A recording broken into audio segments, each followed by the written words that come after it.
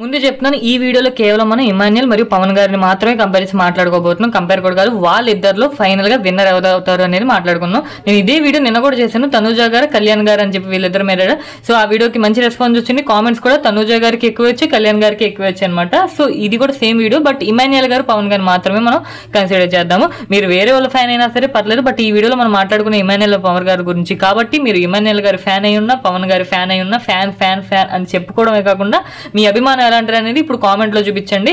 ఎవరి పేరు ఎక్కువ వచ్చుదనే చూద్దాం, ఇమాన్యుయల్ గారా ఆర్ పవన్ గారా అనేది. ఎందుకు వీళ్ళిద్దరిని ఇప్పుడు కంపేర్ చేస్తా అంటే నిన్న వచ్చేసరికి కళ్యాణ్ గారిని తనుజ గారిని కంపేర్ చేశాను. సో ఇప్పుడు ఇవాళ ఇమాన్యుయల్ గారిని పవన్ గారిని అండ్ రేపు ఇంకొక ఇద్దరిని కంపేర్ చేద్దాం. బట్ ఈ వీడియోలో మనం మాట్లాడుకున్న కేవలం ఇమాన్యుయల్ మరియు పవన్ గారి గురించి మాత్రమే కాబట్టి మీరు బిగ్ బాస్ చూసే వాళ్ళు అయితేనే ఈ వీడియోని ఇక్కడ వరకు చూస్తారు.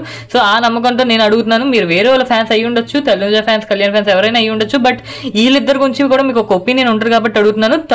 ఇమాన్యుయల్ ఆర్ పవన్ వీళ్ళిద్దరిలో ఎవరు విన్నర్ అయ్యే ఛాన్సెస్ ఉన్నాయని జస్ట్ ఒక కామెంట్ చేయండి, ఒక పేరు ఎవరి పేరు అనేది. సో చూద్దాం ఎవరి పేరు ఎక్కువ వచ్చుద్ది అనేది.